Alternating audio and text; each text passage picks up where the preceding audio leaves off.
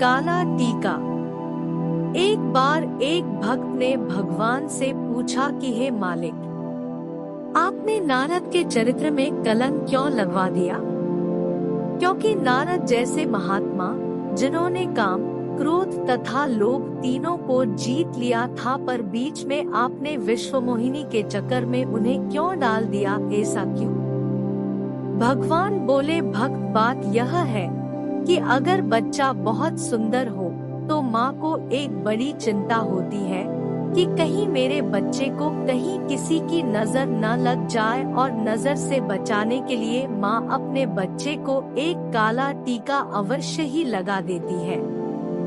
इसी प्रकार मैंने भी देखा कि नारद ने तो काम, क्रोध एवं लोभ तीनों को जीत लिया है, अब बस इसको किसी की भी नजर लग सकती है। नजर लगने का भी रामचरितमानस में भगवान राम के संदर्भ में बड़ा ही सांकेतिक अर्थ दिया गया है। रामायण में वर्णन आता है कि नजर 3 तरह से लगती है। बालकांड में लिखा है कि कौशल्या माता जी, सुमित्रा माता जी और कैकेयी माता जी श्री राम को देखने के पूर्व हाथ में एक तिनका ले लेती है और उस तिनके को तोड़कर फिर श्री राम को देखती है। सीधे श्री राम को नहीं देखती, वर्टिकल बार निर्खई छवि जन्नी त्रिन तोड़ी।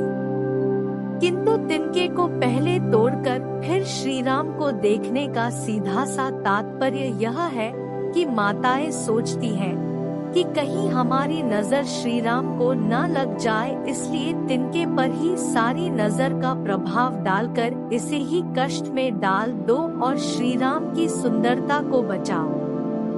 पर गीतावली रामायण में गोस्वामी जी कहते हैं कि जब श्री राम रोने लगे तो माताओं को लगा कि अवश्य किसी की बुरी नजर हमारे बालक को लग गई है, परंतु किसकी लगी है? तो उन्होंने विचार किया कि लगता है किसी बुरी स्त्री की नजर लग गई, किंतु अब क्या किया जाए? तो तुरंत वे श्री गुरु वशिष्ठ को सूचना दी गई। श्री वशिष्ठ जी आए और उन्होंने श्री राम को गोद में ले लिया तथा जो नजर बालक पर पड़ी थी उसे उतारकर उन्हें कौशल्या माता जी की गोदी में दे दिया। नजर उतरते ही बालक श्री राम दूध पीने लगे। नजर लगने के तीसरे एक विलक्षण रूप का गोस्वामी जी ने गीतावली रामायण में वर्णन करते हुए लिखा कि श्री राम एक दिन आंगन में खेल रहे थे और आंगन में जो मणि का स्तंभ बना था, अचानक उस ओर भगवान श्री राम की दृष्टि गई। श्री राम जी का प्रतिरूप जब उसमें दिखाई देने लगा तो श्री राम जी अपने रूप को देखकर इतने मग्न हो गए कि खेलना छोड़कर वे खंभे की ही ओर देखने लग गए। यह दृश्य सुमित्रा माता देख रही थी। वे तुरंत भागी हुई आई और आते ही उन्होंने सबसे पहले बालक श्री राम की आंखों पर अपना हाथ रखकर उनकी आंखें बंद कर दी। माँ से किसी ने पूछ दिया कि आप श्री राम की आंखें क्यों बंद कर रही हैं?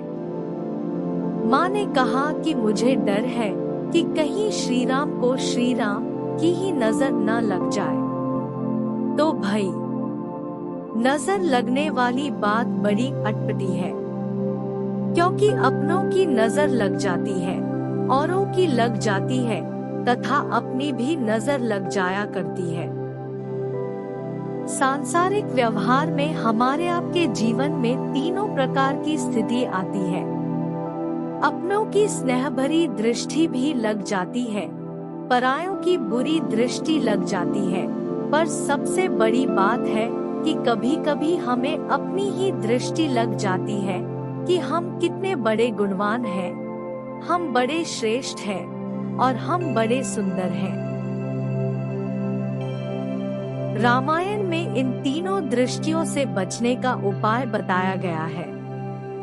भगवान से जब नारद के संदर्भ में भक्त ने प्रश्न किया तो भगवान ने कहा कि नारद को दोनों की ही दृष्टि लग गई, क्योंकि एक तो नारद को काम की दृष्टि लग गई पर उससे भी बड़ा संकट तब पैदा हो गया जब उन्हें अपनी ही दृष्टि लगने लगी।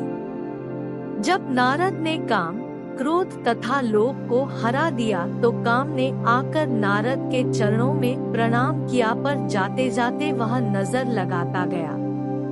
काम ने कहा, हे महाराज, हे महामुनि, आज तक बड़े बड़े महात्मा उत्पन्न हुए पर आप जैसा कोई नहीं हुआ।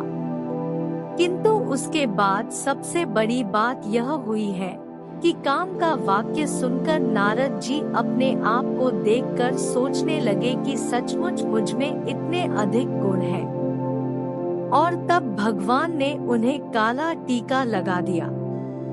उन्हें लगा कि नारद के मन में अभिमान उत्पन्न हो गया कि मैं इतना चरित्रवान हूँ, मैं काम, क्रोध और लोभ आदि का विजेता हूँ।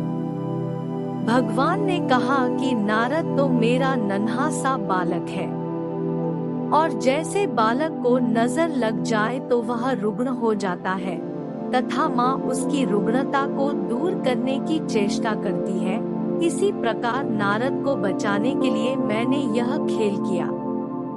वस्तुतः विश्वमोहिनी के प्रति नारद के मन में जो आकर्षण उत्पन्न हुआ, उसके द्वारा मैंने नारद का अभिमान शिथिल कर दिया।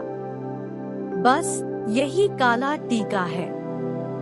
विद्या से प्रतिष्ठा होती है, धन से प्रतिष्ठा नहीं।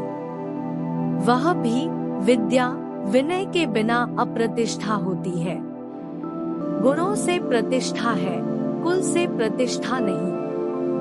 वे गुण यदि आत्मनिष्ठ नहीं है तो अप्रतिष्ठा के कारण बनते हैं। अपने मन को इतना मजबूत बनाएं कि किसी के भी व्यवहार से मन की शांति भंग न होने पाए। संबंध मात्र एक शब्द नहीं, अपितु त्याग, बलिदान और समर्पण से भरा संपूर्ण ग्रंथ है। धन्यवाद।